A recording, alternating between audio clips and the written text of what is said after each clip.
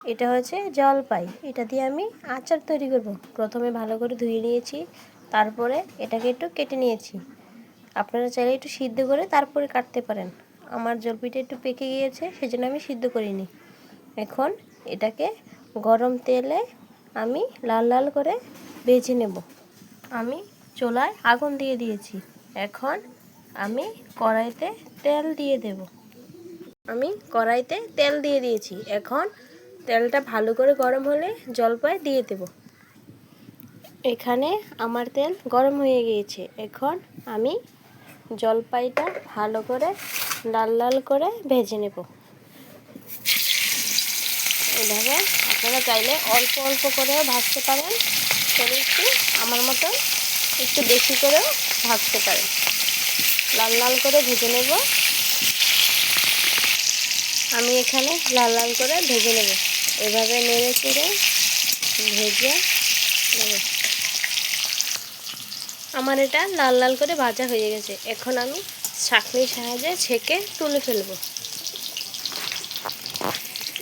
এভাবে ভালো করে ছেঁকে তুলে, এখানে আমার তোলা হয়ে গিয়েছে। এখন এই তেলে আরও বাকিগুলো ভেজে নেব। এগুলো নেড়ে চেড়ে আগের মতন ভেজে নেব।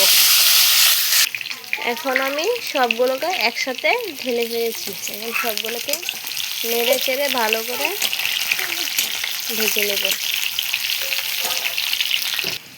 এখানে পরিমাণ মতন চিনি দিয়ে দিয়েছি। এখন ভালো করে নেড়ে চেড়ে মিশিয়ে নেব। এখানে পরিমাণ মতন লবণ দিয়ে দিয়েছি।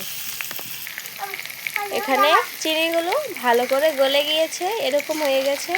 আপনারা আস্তে আস্তে জাল দিয়ে একটু শুকিয়ে নেবেন। এখন এটাকে আমি নামিয়ে রাখবো।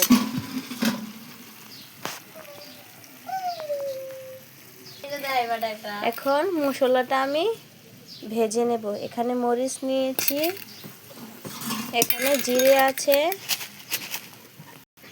আমি এখানে মশলাটা করে এনেছি। এখন এটাকে দিয়ে দেব। এখন এটাকে ভালো করে মিশিয়ে নেব।